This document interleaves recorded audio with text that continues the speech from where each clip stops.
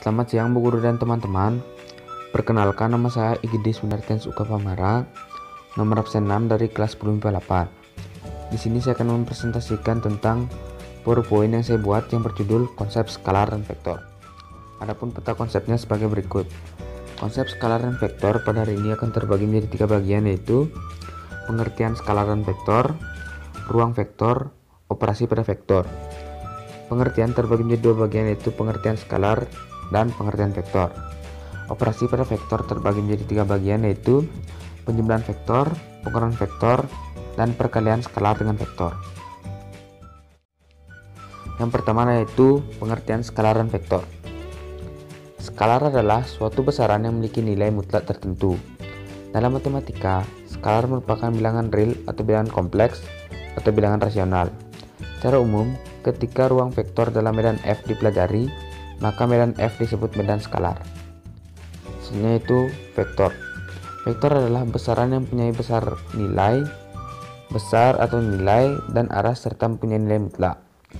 Secara geometris, vektor digambarkan sebagai ruas garis berarah dengan panjang ruas garis menyatakan besar vektor dan arah ruas garis menyatakan arah vektor. Yang kedua yaitu ruang vektor. Definisi ruang vektor. Misalkan F suatu lapangan atau field yang anggota-anggotanya dinamakan skalar, suatu ruang vektor atas F adalah himpunan tak kosong V yang anggota-anggotanya dinamakan vektor dengan dilengkapi 2 operasi. Operasi pertama dinamakan penjumlahan dan dilambangkan dengan simbol plus, sedangkan operasi kedua dinamakan perkalian skalar dan dinyatakan dengan juxtaposition.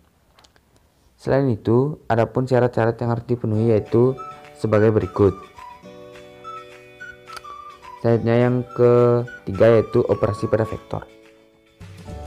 Yang pertama adalah penjumlahan vektor. Secara geometris, penjumlahan vektor dapat dilakukan dengan 2 metode, yaitu yang pertama metode poligon.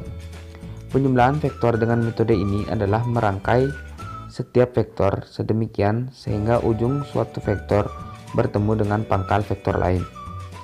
Resultan vektor diperoleh dengan menarik vektor baru yang pangkalnya berada di pangkal rangkaian dan ujungnya berada di ujung rangkaian.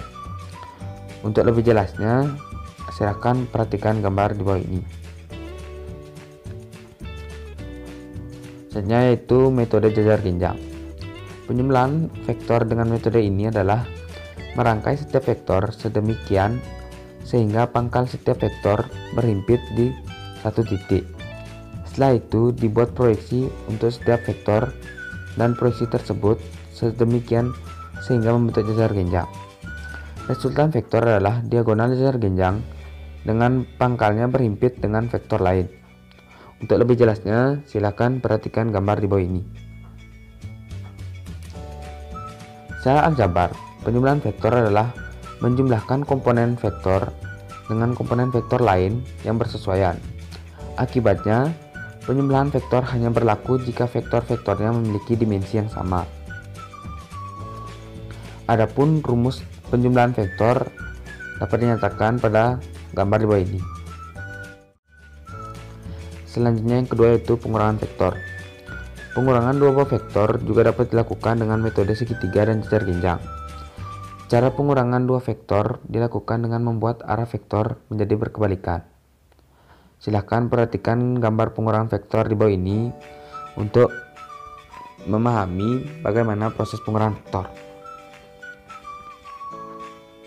Adapun rumus pengurangan vektor dapat dilihat pada gambar di bawah ini.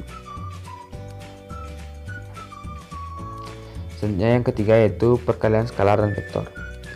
Jika kita mempunyai vektor V yang terdiri dari V1, V2, V3 dan selanjutnya dan skalar K, perkalian vektor V dengan skalar K didefinisikan sebagai berikut. Kv terdiri dari Kv1, Kv2, Kv3 sampai selanjutnya. Sehingga perkalian skalar dengan vektor adalah mengalihkan setiap komponen V dengan skalar K. Hasil dari perkalian vektor V dengan skalar K adalah vektor baru yaitu Kv.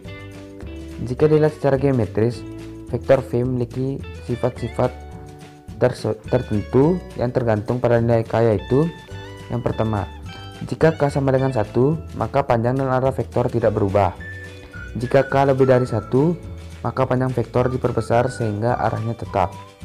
Jika 0 kurang dari K, K kurang dari 1, maka panjang vektor diperkecil sehingga arahnya tetap. Jika K sama dengan min 1, maka panjang vektor tetap sedangkan arahnya berkebalikan. Jika K kurang dari min 1, maka panjang vektor diperbesar dan arahnya berkebalikan. Jika min 1 kurang dari K, K kurang dari 0, maka panjang vektor diperkecil dan arahnya berkebalikan. Adapun contoh-contoh soalnya. Yang pertama yaitu tentukan hasil kali skalar A kali B untuk vektor A sama dengan 5i plus 2 dan B sama dengan 3i min 7. Yang kedua yaitu diketahui titik A sama dengan titik A terdiri dari 5, 2 dan 1 dan titik B terdiri dari 9, 10 dan 13. Titik C membagi ruas garis AB dengan perbandingan 1:3. Ruas garis berarah CB mewakili vektor V. Tentukan koordinat titik C, kemudian vektor U dan V, dan hitunglah hasil kali U kali V. Sekian presentasi dari saya. Sekian dan terima kasih.